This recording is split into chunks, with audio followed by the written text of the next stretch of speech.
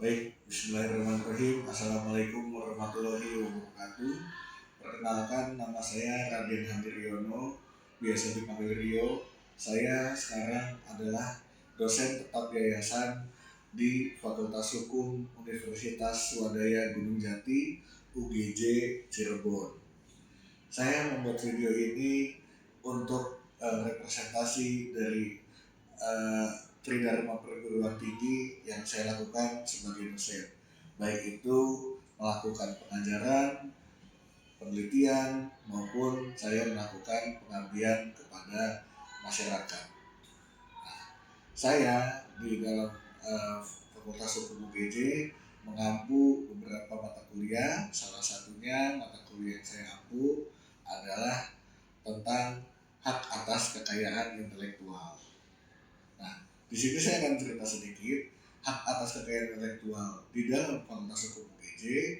RPS-nya, rencana pembelajaran studinya, sudah berbasis OBE atau Outcome Based Education, di mana nanti mahasiswa tidak hanya mempelajari teori atau mempelajari definisi saja, tapi mahasiswa juga nanti akan bisa untuk menganalisis, kemudian untuk membuat suatu portofolio yang nanti akan menjadi tugas-tugas atau hasil mereka di akhir perkuliahan.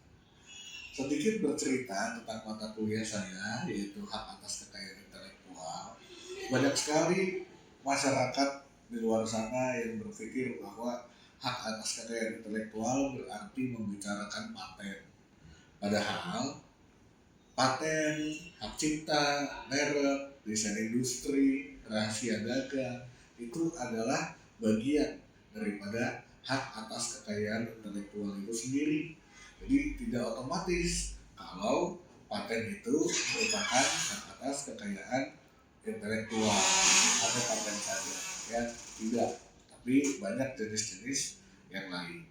Nah, di sini saya akan coba lebih khusus lagi menjelaskan mengenai salah satu jenis hak atas kekayaan intelektual yang bernama hak cipta.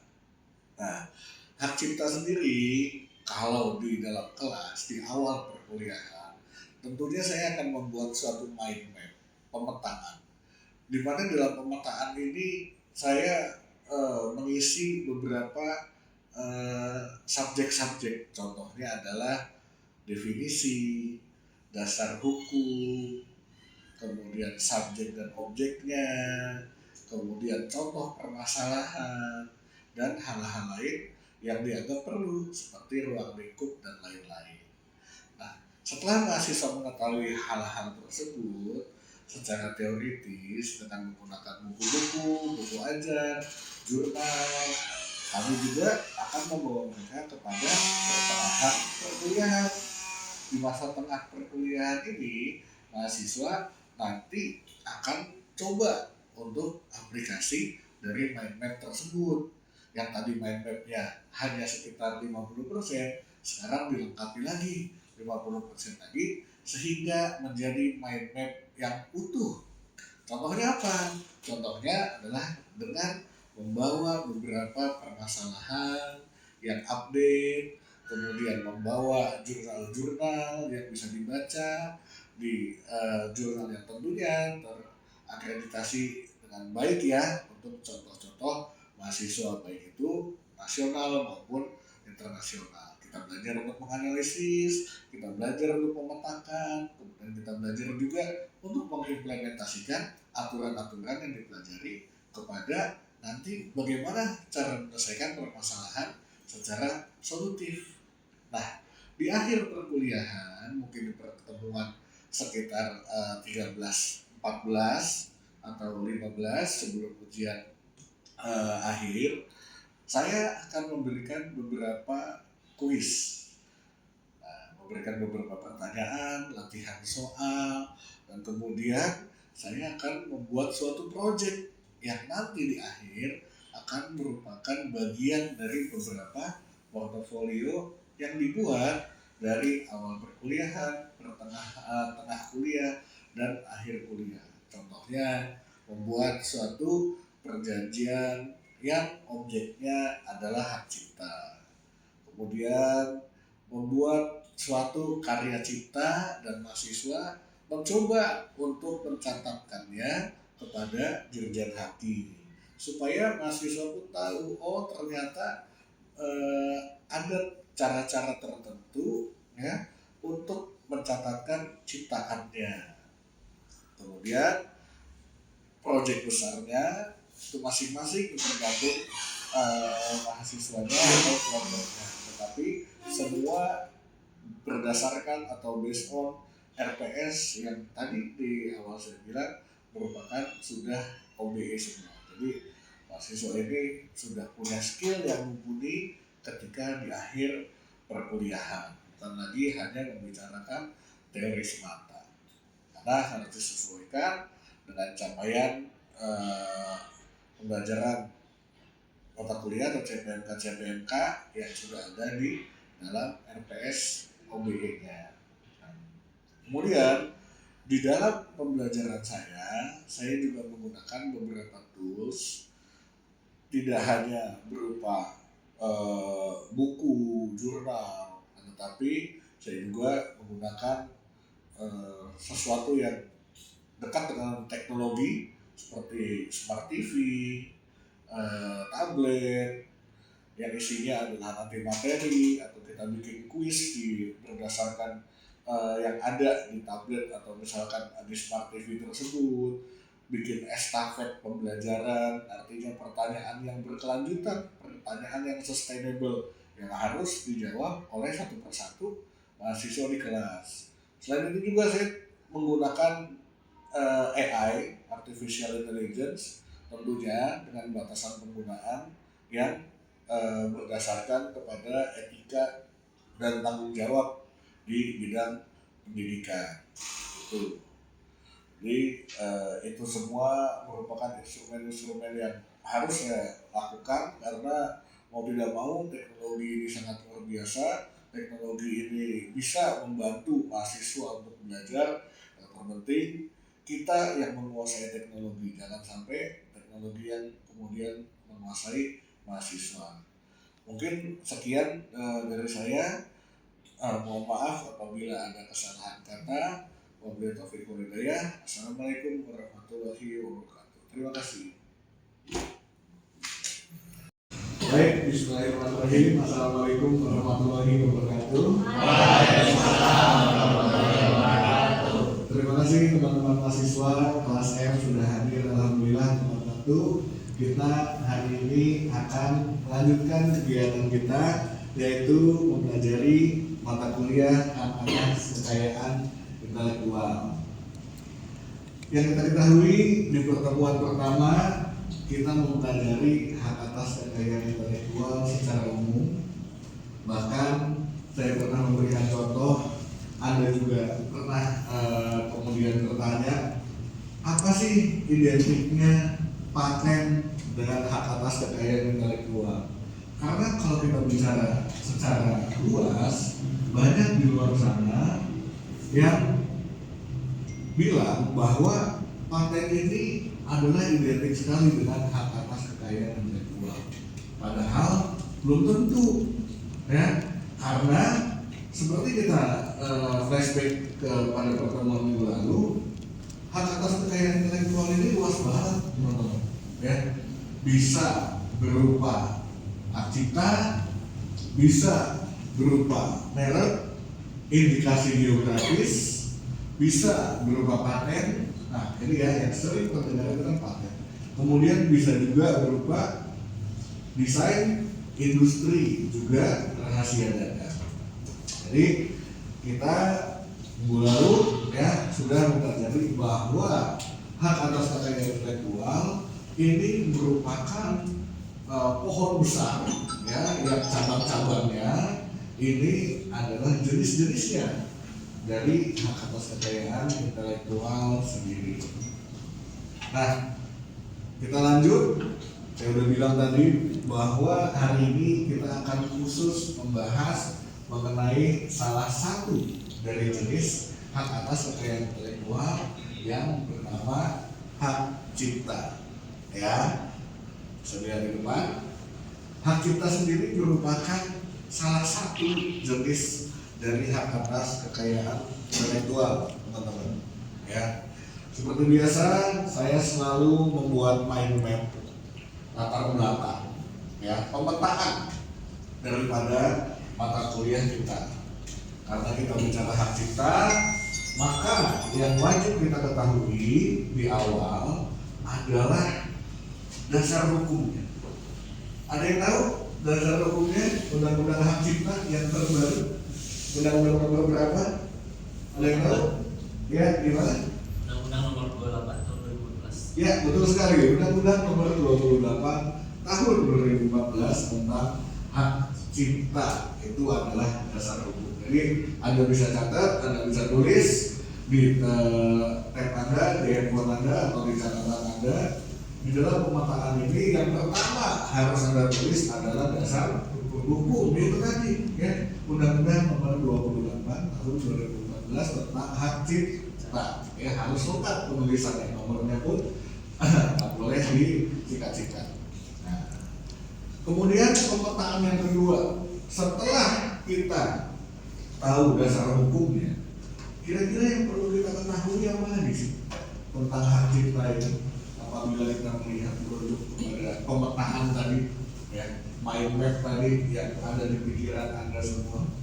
Yang kedua yang bisa kita petakan adalah apa? Definisi, ya, definisi dari hak cipta. Ya. Saya mau tanya dulu deh, ya, supaya kita bisa ice breaking nih di awal biar nggak tegang, ya. Ada nggak sih yang tahu definisi hak cipta di kelas ini? Secara simpel, ya, secara pengetahuan yang muncul tersirat di kepala teman-teman semua, begitu ada yang bicara hak cipta, apa ya kira-kira ya? Ada yang tahu? Ada yang tahu? Ya, silakan. Temuan yang diakui dan juga bernilai ekonomis. Oke, punya nilai ekonomis, ya, betul sekali. Karena di dalam hak cipta itu ada dua hak yang dilindungi, teman-teman. Yang pertama itu adalah hak moral dan yang kedua adalah hak ekonomi. Nah, jadi kalau siapa namanya? Aurel mendefinisikan bahwa hak cipta ini erat kaitannya dengan hak ekonomi, itu nggak salah, ya. Ada lagi yang mau mendefinisikan hak cipta? Mungkin ada yang dari sudut pandang pencipta, ya, proses lagu nih, berarti yang menciptakan lagu itu berarti pencipta. Nah, berarti hak cipta itu adalah, nah, ada yang gitu atau ada pendapat lain? Karena kalau kita melihat undang-undang hak cipta sendiri, teman-teman, ya, pencipta atau hak cipta ini adalah suatu hak, ya, yang muncul dari pikiran, ya, muncul dari kekayaan intelektual, hasil pemikiran kita di bidang intelektual, khususnya dalam ruang lingkup ilmu pengetahuan, seni dan sastra, ya, gitu. Kalau di dalam lingkup itu budaya juga ada, ya, pernah ada masuk. Kalau dalam ruang lingkup itu, maka bisa disebutkan itu merupakan ruang lingkupnya hak cipta, itu. Tapi hak cipta ini perlu dalam bentuk nyata nggak? Oh iya, jelas. Karena yang dilindungi adalah bentuk nyata hasil olah pikir yang menjadi karya intelektual. Kalau masih di dalam pikiran, dilindungi nggak kira-kira, teman-teman? Enggak, ya, karena bersifat dilindungi oleh undang-undang kalau bentuk konkretnya atau hasilnya sudah ada. Seperti contohnya ada teman-teman yang membuat lagu, ya, kemudian lagunya sudah ada, dinyanyikan dan lain-lain. Maka dari itu, teman-teman, itu secara otomatis mendapat perlindungan hak cipta, ya. Haknya udah dapat, baik hak moral maupun hak ekonomi, gitu. Otomatis, Pak. Oh iya, ini yang membedakan hak cipta perlindungannya dengan hak atas kekayaan intelektual yang lain. Seperti ini sepatu yang Anda pakai, ini ada mereknya kan?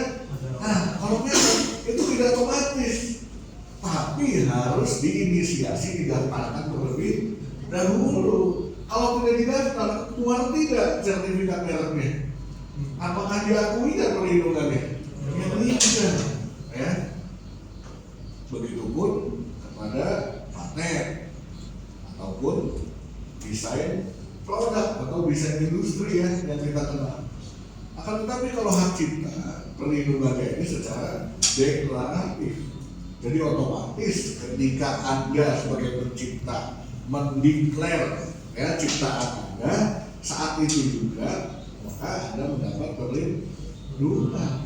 Tapi boleh enggak saya mau lagu saya, puisi saya, buku saya ya itu punya surat sertifikat pencatatan. Nah, akhirnya pengen dicatatkan ke Dijen Haki, boleh nggak?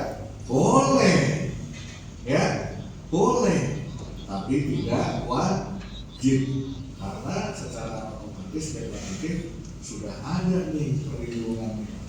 Itu ya bedanya teman-teman ya, perlindungan hak cipta khususnya dengan jenis hak atas kekayaan intelektual yang lain. Nah, di sini saya juga udah bicara mengenai hak cipta sebagai bagian dari HKI ya secara umum. Kemudian setelah tahu definisi, setelah tahu dasar hukum, saya mau Anda tahu secara historisnya. Nah, historis itu artinya kita pendekatannya sejarah ya, betul ya. Seperti kita tahu nih, kalau pendekatan sejarah kita undang-undang hukum perdata sampai ke Indonesia, kita mengakui nggak? Sampai sekarang nih, KUH perdata masih pakai nggak? Masih, ya. Kita pakai KUH perdata, ada buku, jadi mata kuliah, dipelajari sama calon sarjana hukum, ya, diakui sebagai hukum nasional, hukum positif di Indonesia. Itu kalau secara historis, ada yang tahu nggak keberlakuan KUH perdata ini bagaimana di Indonesia? Apakah tahu-tahu ada atau ditemukan oleh doktrin profesor di Indonesia atau gimana? Ada yang ingat secara historis? Dari Belanda, iya betul, dari Belanda, karena kita dijajah oleh Belanda pada saat itu. Apakah Belanda ini original juga? Kita perlu perdatanya? Enggak, Belanda dapat dari mana pada saat itu? Dari Prancis, ya, Konsivil, Prancis, ya. Zaman itu Belanda itu dapat dari Prancis. Prancis dari mana ini terinspirasinya? Ya, ketika di saat masa Prancis, tapi sebelumnya dia terinspirasi pada zaman Romawi. Ya, itu kalau mau tahu sejarahnya sampai ada di Indonesia. Pertanyaan saya, hak cipta tadi Anda bilang, teman-teman saya bilang, Undang-Undang 28 2014 tentang hak cipta sampai ke Indonesia. Apakah undang-undang ini punya jalan yang sama dengan KUH perdata secara historis atau enggak? Apakah karena kita dijajah maka kita belajar HKI khususnya hak cipta? Tidak. Tapi ada yang tahu karena apa? Sampai di Indonesia, sampai kita kemudian mengakui, kita pakai undang-undang ini, kita pelajari. Ada yang ingat secara historis bahwa undang-undang hak cipta merupakan ratifikasi, ya, ratifikasi dari perjanjian internasional itu. Banyak, ada TRIPS, ada GATT, ya, banyak perjanjian internasional, organisasi internasional yang Indonesia ikut, kemudian ikut membuat perjanjian, maka ekses atau outputnya adalah Indonesia juga harus ikut meratifikasi aturan perjanjian internasional itu menjadi hukum nasional. Dalam tanda kutip Indonesia setelah melakukan perjanjian internasional di dalam organisasi internasional itu dalam tanda kutip bahasanya bawa oleh-oleh lah pulang berbentuk aturan ya yang tadinya berlaku buat negara-negara yang ada di organisasi internasional diberlakukan juga secara hukum nasional di Indonesia, bahwa hak cipta ini secara unsur, secara aturan ini disepakati begini loh. Maka di dalam negara yang tergabung di dalam organisasi juga harus punya visi dan misi yang sama, itu yang ingin dituju teman-teman. Ya, maka ketika bicara historis ini akan beda sekali bagaimana sampainya undang-undang hak cipta dengan kita undang-undang hukum perdata. Nah itu tadi outline, di mind map poin ketiga adalah secara historik. Ya, kemudian kita akan lanjut kepada objeknya. Kalau kita bicara ada subjek ya, subjek hak cipta ada dong, namanya pencipta. Tapi bagaimana kalau kita bicara objeknya apa? Kan gitu. Objeknya adalah cipta. Apakah semuanya masuk kepada kriteria ciptaan? Kan enggak, ya? Kan enggak. Kita bisa melihat di dalam undang-undang hak cipta, ya, apa aja sih yang termasuk sebagai ciptaan? Yang masuk sebagai ciptaan adalah ruang lingkup yang kembali lagi kepada apa? Ilmu pengetahuan, seni dan sastra. Jadi kalau sekitar itu termasuk objek dari hak cipta. Lagu, oh iya, karya tulis yang ada buat nih, skripsi, kitab ya, karya ilmiah, tugas akhir mahasiswa. Objek hak cipta bukan? Iya, jelas banget. Makanya hati-hati ya ketika bicara kitab, ini karya Anda sebagai pencipta, maka Anda bertanggung jawab nggak terhadap isinya? Iya, bertanggung jawab, teman-teman. Jadi hati-hati, karena Anda yang penulisnya, Anda merupakan pencipta, ya, karya tulis atau karya ilmiah, tugas akhir mahasiswa ataupun penulisan hukum juga merupakan objek hak cipta. Hati-hati dengan yang namanya plagiarisme. Ada yang tahu plagiarisme itu apa sih? Di dalam hak cipta ini kok banyak yang plagiat. Ini plagiat, ada plagiat, maka harus dihukum dan. Apa artinya plagiarisme sebenarnya? Ada yang tahu nggak? Apa yang terjadi sih? Atau contohnya di mana sih? Ya, silakan. Meniru negara secara utuhnya. Meniru terhadap ciptaan ya, ya, secara utuh, tidak ada pembeda, betul-betul ditiru 100%, gitu ya. Iya, betul. Ya, kenapa sih ini berbahaya? Ada yang tahu nggak? Kenapa ya? Hak cipta itu melarang adanya plagiarisme. Kenapa? Ya. Karena untuk membedakan. Untuk membedakan, oke, betul ya. Untuk membedakan bahwa gampang nggak teman-teman membuat suatu karya intelektual, gampang nggak? Enggak. Makanya perlindungannya pun hanya kepada yang membuat. Beda sama kalau bicara hak asasi manusia kan gitu. Ya, kalau hak atas kekayaan intelektual khususnya hak cipta, kalau Anda tidak membuat, tidak menghasilkan suatu ciptaan, dalam perlindungan ya? Ya tidak. Tapi kalau Anda menciptakan sesuatu, ya maka Anda otomatis dapat berlindungan, gitu loh. Ya, makanya ini menjadi penting sekali untuk minimal kalangan pendidikan dan Anda selaku mahasiswa.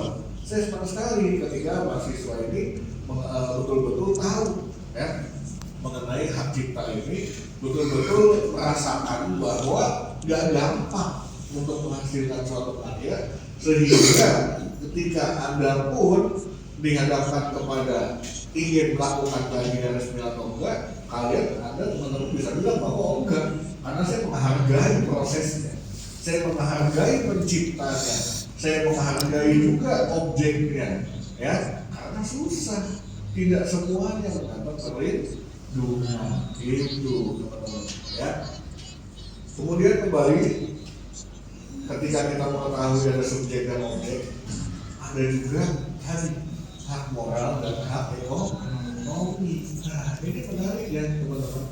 Ada hak moral, hak ekonomi. Itu ya, hak moral adalah hak yang melekat kepada pencipta. Misal, siapa namanya Mas? Ya. Mas Gilang ini adalah pencipta lagu. Ketika Mas Gilang adalah seorang pencipta lagu, beliau mempunyai hak moral tidak terhadap lagu yang dibuat atau diciptakan? Iya. Boleh nggak Mas Gilang mengganti liriknya sesuka hatinya Mas Gilang? Boleh? Boleh.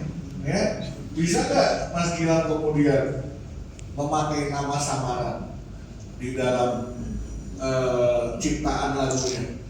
Ya, ada judul lagu, kemudian dia tidak menggunakan asli, ya boleh nggak? Boleh.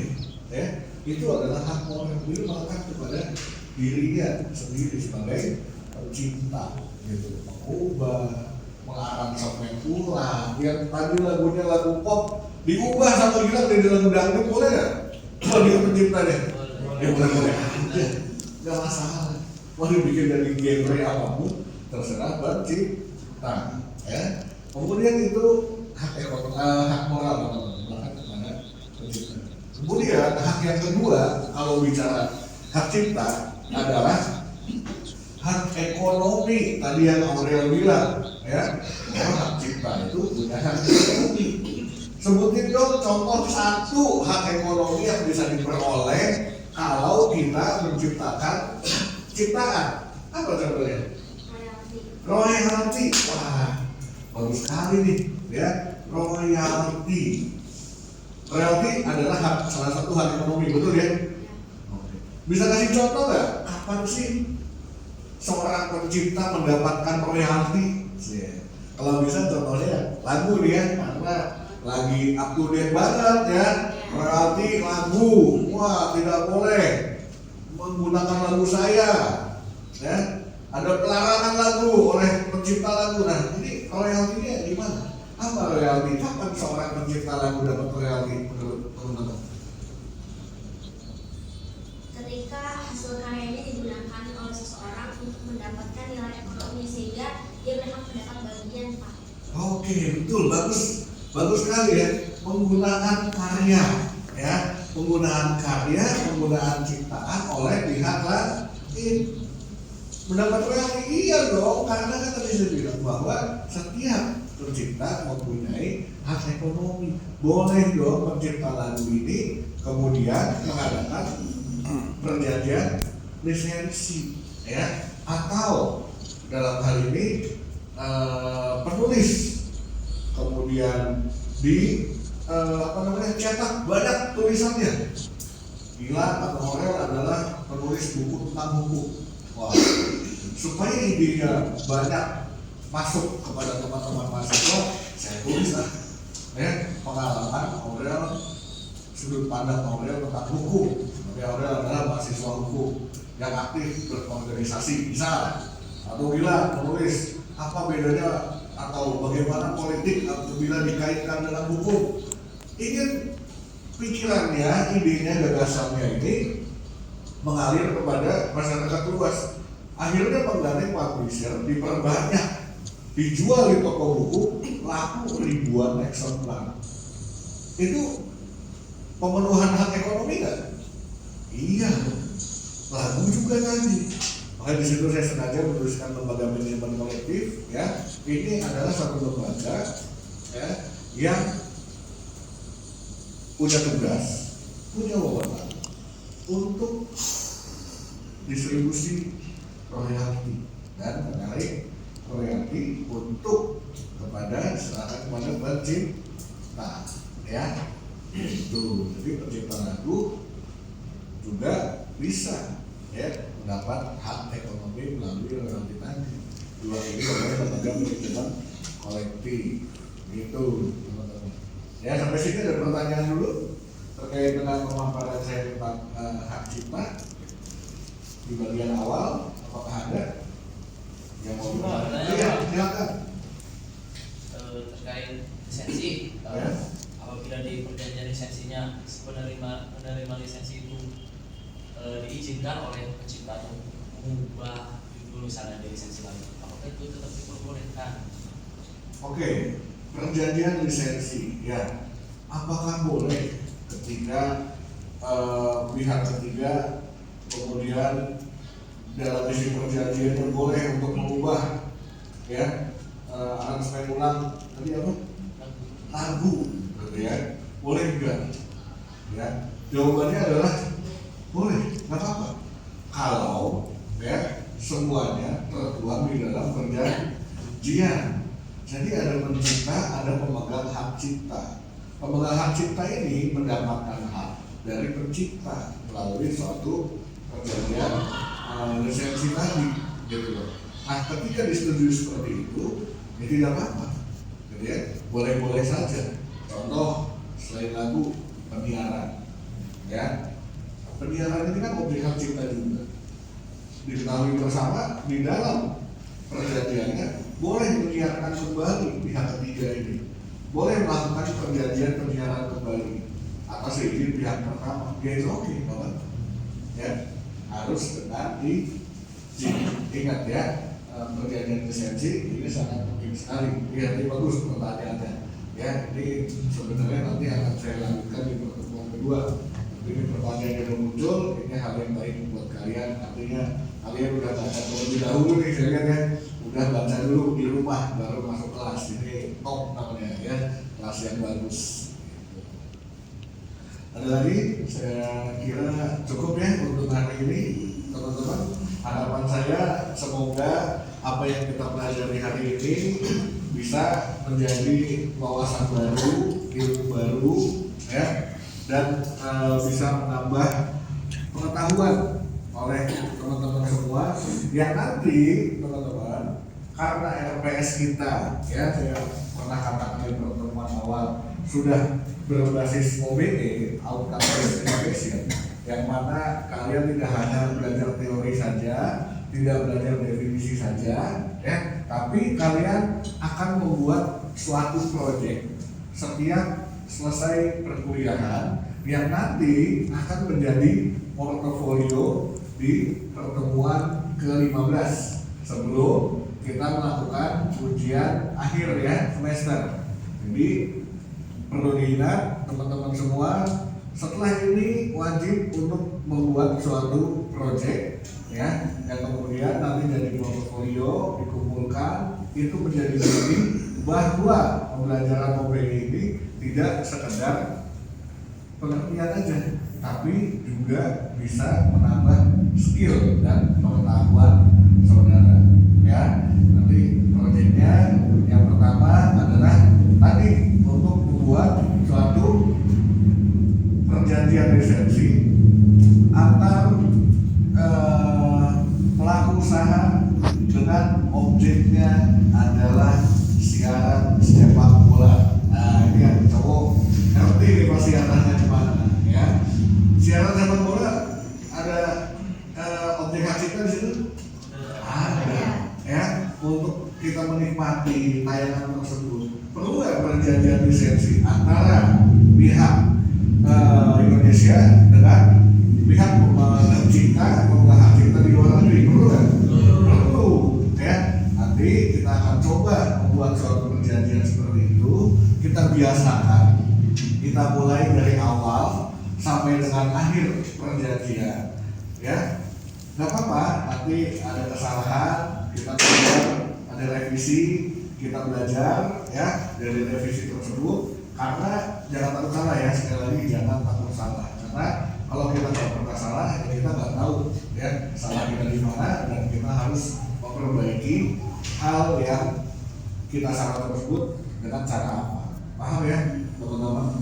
Nanti ketika perjanjiannya sudah jadi, sudah bentuknya bagus, sudah mengikuti aturan-aturan dan pemahaman yang luar biasa, nanti di akhir kita akan jadikan itu menjadi proyek utama dari mata kuliah kita, yaitu mata kuliah hak atas kekayaan intelektual yang khususnya di samping UTS tadi kita akan mempelajari tentang hak cipta secara utuh gitu teman-teman ya. Mohon maaf apabila ada kesalahan kata. Terima kasih sudah hadir pada waktu hari ini. Saya tutup perkuliahannya. Ada yang mau tanya lagi? Iya gimana? Itu dalam format tulisan atau diketik? Oh iya, nanti untuk masalah kejadian nanti diketik aja ya, teknisnya akan saya kirimkan ke ketua kelas seperti biasa ya. Nanti bisa untuk teman-teman pelajari, nanti juga teman-teman bisa boleh kerjasama ya. Artinya gini, kerjasama ini bukan berarti kontak teman-teman ya. Kerjasama misal ada teman-teman yang ingin untuk melakukan perbandingan, artinya apa yang kurang dari perjanjian ini? Apakah awal perjanjiannya beda, ya? Maksud dan tujuannya. Kemudian jangan lupa teman-teman, yang penting di dalam perjanjian lisensi ini ada pasal-pasalnya kan. Nah disinilah kita belajar ya bahwa teman-teman ini harus bisa menaruh pasal sesuai dengan porsinya. Saya mau tanya deh, kalau saya bilang saya ingin memasukkan klausula tentang harga dan tata cara pembayaran, itu di pasal awal, tengah, atau akhir menurut teman-teman? Harga dan tata cara pembayaran ini seharusnya kalau dalam suatu perjanjian itu adanya di bagian awal, tengah, atau akhir. Harga dan tata cara pembayaran gimana biasanya? Ya? Bukan di awal. Apa yang di awal berarti? Harga di awal biasanya kan? Harga, tata cara pembayaran itu bagian awal teman-teman. Ya? Apalagi yang bagian awal? Kalau saya minta Anda menuliskan 3 atau 4 deh, ya, klausul perjanjian mengenai perjanjian lisensi yang objeknya adalah siaran sepak bola di luar negeri. Apa 3 pasal pertama yang akan Anda tulis? Harga, tata cara pembayaran, apa lagi? Jangka waktu pembayaran. Penting ya? Siapa sih yang mau dibayar tapi jangka waktunya nggak jelas? Maka terukur nggak itu? Kalau jangka waktunya nggak ada, mau mas, kemudian tanda tangan perjanjian, tidak dong, ya. Artinya tidak terukur perjanjiannya, gitu. Walaupun ada harganya, jelas ada nilainya, tapi itu penting, ya. Jadi dari mata kuliah ini saya harap teman-teman bisa menggabungkan, mix ya dari teori yang ada, kemudian nanti kita akan membuat suatu tugas yang proyek besar setiap perkuliahan sehingga nanti jadi portofolio di akhir semester ya untuk mata kuliah. Baik, terima kasih luar biasa pertanyaannya. Saya tutup dulu untuk perkuliahan kali ini. Ya, mohon maaf apabila ada salah kata dan salah perbuatan. Semoga kita dan keluarga kita sehat selalu. Assalamualaikum warahmatullahi wabarakatuh. Terima kasih.